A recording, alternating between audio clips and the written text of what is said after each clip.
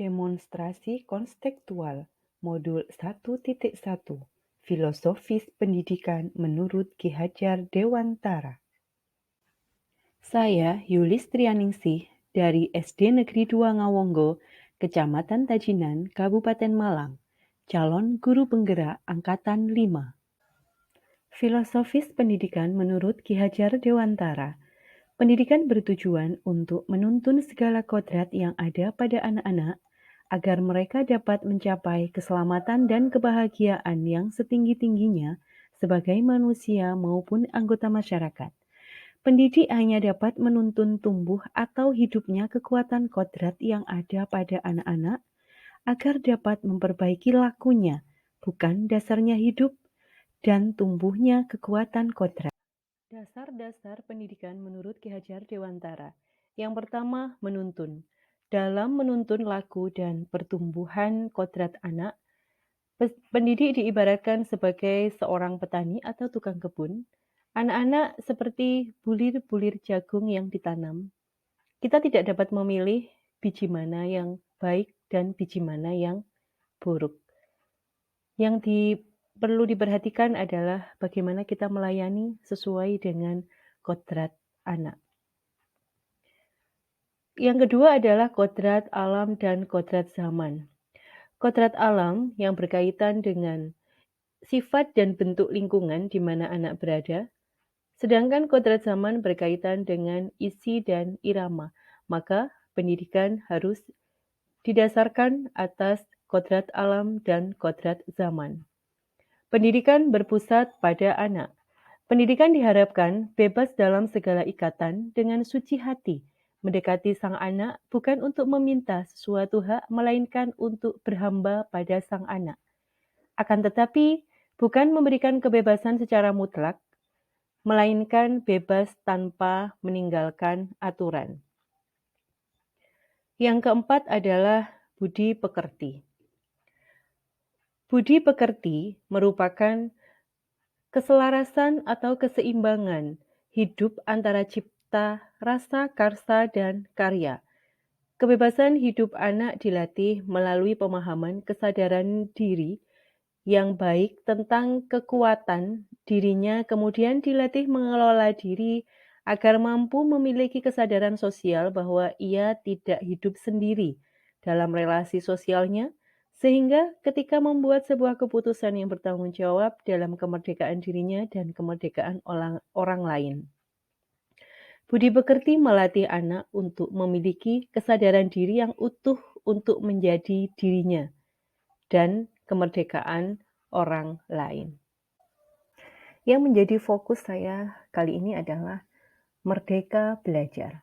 Merdeka belajar dihasilkan dari pendidikan yang berpusat pada anak.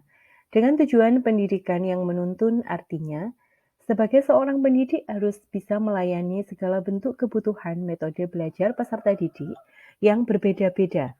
Tentunya berorientasi pada anak.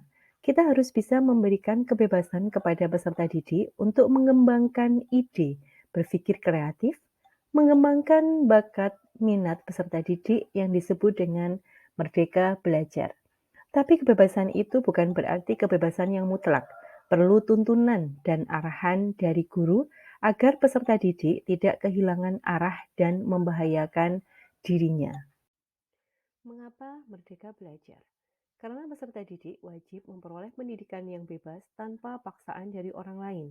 Peserta didik berhak menerima pendidikan sesuai dengan karakteristik dan bakat minat mereka. Merdeka belajar harus diterapkan di sekolah, di mana merdeka belajar merupakan tujuan pendidikan mulai zaman kolonial. Implementasi di sekolah yang merefleksikan pemikiran Ki Hajar Dewantara yang pertama adalah merdeka belajar melalui kegiatan ekstrakurikuler, di mana di sekolah kami ada ekstrakurikuler seni tari, seni musik yang diwakili dengan menyanyi, ada pramuka, ada albanjari. Nah, dari budaya kita menerapkan senyum, salam, sopan, dan santun. Kita juga selalu memperingati kegiatan keagamaan karena kita sebagai makhluk. Kita harus mencintai dan kita harus menjalankan apa yang sudah ada pada program sekolah. Nah, pembelajaran sesuai dengan kodrat zaman. Pada zaman sekarang ini, pembelajaran melalui IT sangat diperlukan di sekolah. Selain itu, menanamkan budi pekerti kepada anak dilakukan melalui kebiasaan di sekolah. Melalui kebiasaan akan menjadi karakter bagi peserta didik.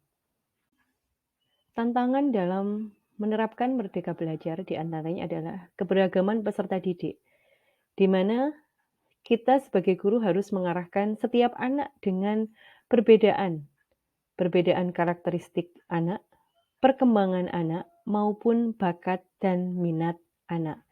Tentunya kita harus memilah, menuntun sesuai dengan karakteristik, sesuai dengan kodrat alam anak. Yang kedua adalah support system. Bagaimanapun bagusnya sebuah program, akan tetapi ketika tidak ada dukungan dari semua pihak, baik sekolah maupun orang tua, maka itu menjadi tantangan tersendiri dan program Merdeka Belajar tidak akan pernah jalan. Solusi yang diberlakukan yang pertama, merencanakan pembelajaran yang inovatif, menuntun siswa sesuai dengan kodrat alam dan kodrat zaman, berkolaborasi dengan semua warga sekolah, serta menjadi ibu bapak bagi peserta. Demikian penyampaian demonstrasi kontekstual. Terima kasih. Salam Guru Penggerak.